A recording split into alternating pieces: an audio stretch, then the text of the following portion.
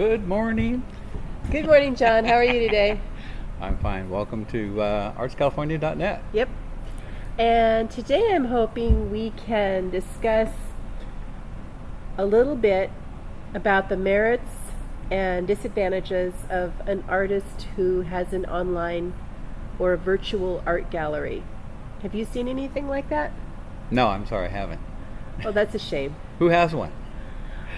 Art by Rothwell has one. It's okay. like an online catalog, Uh-huh. and it's easy for potential customers to go and look at the artwork and decide whether or not they want to order it online. So I can buy straight from Art by Rothwell. Exactly so. Nice. I like it. All right. Let's do it. Okay, let's do it. Hi, this is Rebecca Martinez at artscalifornia.net. Just about everyone who sells art nowadays agrees that the current COVID isolation situation requires new sales tools for artists. Today we're having a panel discussion about virtual or online galleries to find out if it's the right fit for you. I have with me today Ann Ranlett. Say hi, Ann. Hi. Who does pet illustrations and drawings. I have Alana from Nichols and Ben Altena Glass. She's a glass blower. You can say hi, hi, Alana. Hi. And Laura Bracken, who sells jewelry and tutorials online from her website. Hi. Okay. First of all, I will ask Ann if you think there are certain types of artwork that sell better online than others. I think so, and I've seen this in brick and mortar stores as well. I think things like jewelry and even glass, like Alana has, some of the more, I don't know how to describe it, but things that are maybe a little more personal and also more like a gift item, not really the high-end expensive items, but something that's a little more affordable. What I found in both situations is two-dimensional art is something that you need to either justify for yourself, or you've got to know that the recipient has wall space, or it's an item that they're interested in. I do a lot of commission work, so for me it's not a big deal because I always have commissions as kind of a steady bread and butter component. But as far as just art sales on spec, I do think there are different types that sell better than others. Okay. How about you, Alana? Well, my experience is obviously just with the 3D items. For us, we do a lot of custom work as well. However, we do have a few production items. We do typically have a little bit of stock, but we'll make things to order. So I have found that things like glassware sell pretty easily, pretty well. Things that are more of like an everyday kind of use, where we will actually have some of our higher end things sell online, but it is a little bit, people usually call after seeing it on our website, and we work with them in person after they've seen it online. Okay, so the website opens the door for you. Yeah, it's a great jumping off point where people can get a feel for what we have and can call us and ask about customizations. Uh-huh. And Laura, how about you? Well, apparently I'm the only one of the three of us that does not take commissions. But I would agree with Anne that jewelry and glass probably are much easier purchases than things like wall art for the reasons stipulated. I do see it in the galleries. It's easier to give as gift items, although you still want to know your customer well enough to know if this piece of art suits them. But I think there's more leeway with certain items, and wall items are not one that has a lot of leeway. I personally have rarely considered wall art as a gift for somebody else. So for me, wall art would be more something that you would get for yourself. And I think that's why online is perfect for that, because you're suddenly opening yourself to a much broader audience, rather than just whoever happens to wander into the store. Okay. What I'd like to do now is take a look at each of your websites. I'm going to share the websites, and let's let's look at Ann's website first. And Ann, I have pulled up your website. Of course, here's your header. And if I scroll down a little bit, I think I'm looking at your Shop America portion, aren't I? Yeah, that's the I haven't looked at it in a while. That's the Fine Art America. You can just do a feed from the Fine Art America shop, and it looks like it's showing the most recent items that I've added. Yeah, so that's what that is. So you have just posted these on Fine Art America, and are they a print-on-demand? Yes, that's shop? a print-on-demand site. So all I need to do is upload good images and decide what items I want them to be printed on. I can decide, do I want it on a shower curtain, a pillow, a t-shirt, a mug, or just as various types of print options. So I make those choices and then upload the image and then select the item. I also select a markup. It's a fairly low markup because I'm not trying to make a ton of money on these items. And I don't really sell a lot from the shop, but it's a good place to send people. They can see an aggregation of my work. And, I do get quite a few people looking at it. I'll get an email once a month, I think, and it'll show you looking at your work. But it doesn't translate to sales necessarily, but people are looking. Okay. And I think you actually sell on quite a few places. Is this, this looks like maybe your Shopify? Right, that's my Shopify. And when I set up on that, you can see in that, it's probably hard to read for people looking at the video, but in that very top section where I've got some description, it has a link to my Fine Art America shop, my Zazzle shop, which is also print on demand, and that's more gifting merchandise type things. Okay. And then I also put a link to my Facebook page where I have an album that has all of my current available originals. So in this one location, you've got links to everything that I have available out there, wherever it might be. Nice. Okay, next I'm going to ask Alana. We're going to look at the Nichols Van Altena glass. And I'm trying to, there we go. Okay, and another lovely website. Thank you. And I've just gone ahead and gone straight to one of my favorite pages on your site, which is the vases and bowls. And is it a lot of work to get this thing going? Yes. So this is actually our second version of our site that I just launched. I believe it's been about 2 weeks now since I've had this version up. So it takes a lot of time to just kind of learn the system that you're going with. For instance, we use Squarespace, and it's got a really easy user interface in terms of learning how to create things. And there's a pretty solid community of people who have had issues, and you can kind of look up any questions on the internet and figure out how to work your way around. But I enjoy customizing things because we have a particular aesthetic that we like to stick to. So I'll spend a lot of time researching how to do click-through URLs. So if I can put a picture up and you can just click on it and it'll take you to another part of the site. I add a lot of buttons to make sure that it's pretty user-friendly. Basically, I don't want anyone to be looking for something and not be able to find it. Okay. Laura, let's look at, Laura sells jewelry. I do. And video tutorials. Yes. And so I've been selling online for 21 years now. I've learned a lot of lessons the hard way, but the point is that I've honed it into a system that really works for me. I think that there's definitely challenges to people starting off, and we would hope that they wouldn't have to learn all the lessons the hard way as well. Hopefully there are resources to give them some of the shortcuts.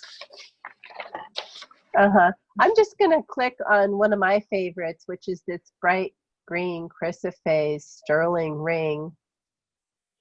And what platform are you using here? Okay, so this is a website through a company called Indiemade. And I'm not sure if they're called the host. I mean, I'm on the verge of technology. knowledge and I'm sure fall off at certain points. So I don't know if they're actually called the host, but I pay a monthly fee, and they then provide the website, which includes a shopping cart and a payment platform.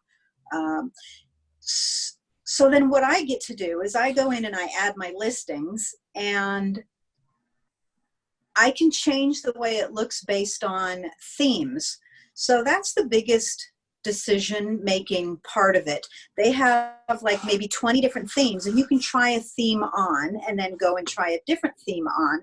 And if, for example, I say, oh, I really like how the listing has the description underneath the photos on this theme, but on the other theme, I liked how the photos were rectangular rather than square. This is actually something that I really like about Indiemade. You can get a hold of their support and work with them to tweak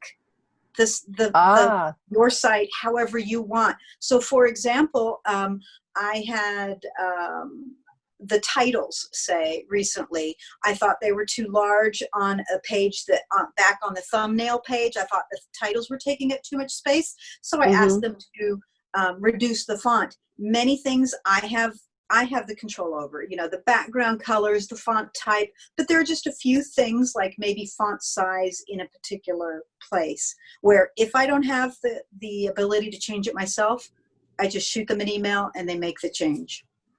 Great. Okay. Wow. Those are all really nice websites. So you've kind of all answered this question, and Laura, I'm going to ask you first since you're still up. Do you think that the virtual gallery has met or exceeded your expectations? And you've already talked a little bit about the other benefits that you get from a gallery. Maybe you could talk about those points. Okay. Just a little confused by the word gallery. Do you mean my online website? Yes, I mean your online website, your shop. And okay, thank you. I don't think of it as a gallery, but I like that idea. It's an art gallery. Okay, so the question was? Does it meet or exceed your expectations? Oh, the action that you get, the sales. Both meets and exceeds. I have in the 21 years probably used about 20 different platforms for selling, and I'm extremely happy with what I have now as far as ease and everything. But the bottom line is you want sales. When I started a long time ago, people were doing things like having pictures that were so intense that it took a minute for a photo to load. They had trailing mouses. I don't know if you remember the trailing mouse. Yeah, those were terrible.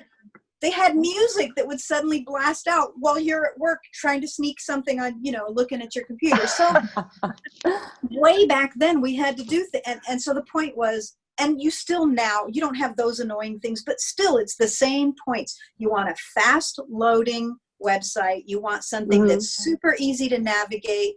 You want something that is understandable from the first glance. And these are all things that somebody trained in website use or somebody that's had many years, or both, will be able to help you with. Okay, so cool. Definitely exceeded my expectations as far as sales. You will have, the longer you're in the online business, the more sales you will get. You do need to build an audience. It takes time. So Alana, I'm going to ask you the same question. Has this online sales tool met or exceeded your expectations? So it's definitely been a learning journey. We have made in the past, since we're second generation and we're kind of inheriting a lot of the clients of Hannah Nicholson's parents, Nicholson Blown Glass. We typically have an audience that's used to coming into the studio. They like buying things in person. They like being part of the experience. So it's been interesting kind of trying to navigate this and kind of direct our sales a little bit to the online. What I have found is when we originally launched the site, we got some sales and then they've kind of been steady, but not great. And then for Mother's Day, we're typically part of a tour, and it was canceled for obvious reasons. So we ended up I made a page specifically as a Mother's Day tour page. We added a demo video so people could watch us make a piece of glass. And then we made the shopping page geared towards being a Mother's Day sale.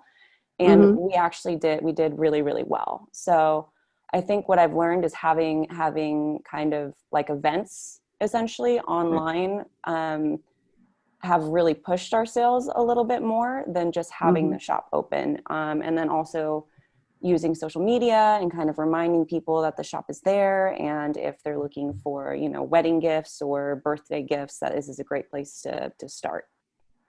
So it's been doing a little bit better than it was at the beginning, but yeah, we're very new. So well, it sounds like solid advice, and it sounds like you've really touched upon something that's pretty valuable. The events seem wonderful, and I know that it kind of goes hand in hand with the events that you have at the studio. So I like it. It does generate a lot of excitement. Yeah, and we're trying to figure out a way as well.